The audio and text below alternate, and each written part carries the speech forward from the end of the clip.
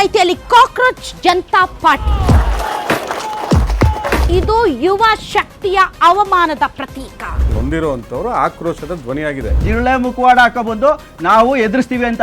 ಈಗ ಯುವಕರಿಗೆ ಬೇಕಿರೋದು on ground ಕೆಲಸ ಯಾರು ಮಾಡ್ತಾರೆ ಅನ್ನೋ ಒಂದು ಪಕ್ಷ. ನಮ್ಗೆ ಅಭಿವ್ಯಕ್ತಿ ಸ್ವಾತಂತ್ರ್ಯನೇ ಇಲ್ಲ, ನಮ್ಗೆ ಏನ್ ಬೇಕು ಅದನ್ನ ಕೇಳೋಂಗೆ ಇಲ್ಲ, ನಾವು ಮಾತಾಡೋಂಗೆ ಇಲ್ಲ. ಹೋರಾಟ ಅಂದ್ರೆ ಮೊಬೈಲ್ ಇಟ್ಕೊಂಡು ಮೋದಿ ಜಿ ಹೈ ನಾ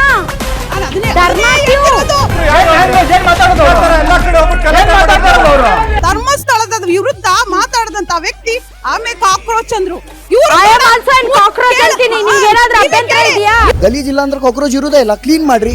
ಬಿಜೆಪಿ ಇದ್ದಿದ್ರೆ ಅಣ್ಣಾ ಹಜಾರೆ ಮೂವ್ಮೆಂಟ್ಗೂ ಪಾಕಿಸ್ತಾನದಿಂದಾನೇ ಫಂಡಿಂಗ್ ಬರ್ತಾಯಿತ್ತು ಅಂತ ಹೇಳ್ಬಿಟ್ಟಿರು. ಇವತ್ತು ಗಬ್ಬೆದ್ದು ನಾರ್ತಾ ಇರೋ ಸಮಾಜದ ಕಶ್ಮಲಗಳನ್ನ ತಿನ್ಬೇಕು ಅಂದ್ರೆ ಪ್ರತಿಯೊಬ್ಬರು ಜಿರ್ಲೆ ಆಗ್ಬೇಕು.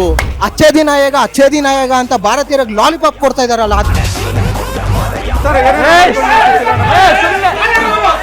ಲೆಫ್ಟು ಅಲ್ಲ ರೈಟು ಅಲ್ಲ, ಯಾರು ತಪ್ಪು ಮಾಡ್ತಾರೋ ಅವ್ರನ್ನ ಟೈಟ್ ಮಾಡೋದೇ ನಮ್ಮ ಕೆಲಸ. ರಾಧಕ್ಕ ಪಂಚಾಯಿತಿ ವೀಕ್ಷಿಸಿ ಇಂದು ರಾತ್ರಿ 8 ಗಂಟೆಗೆ.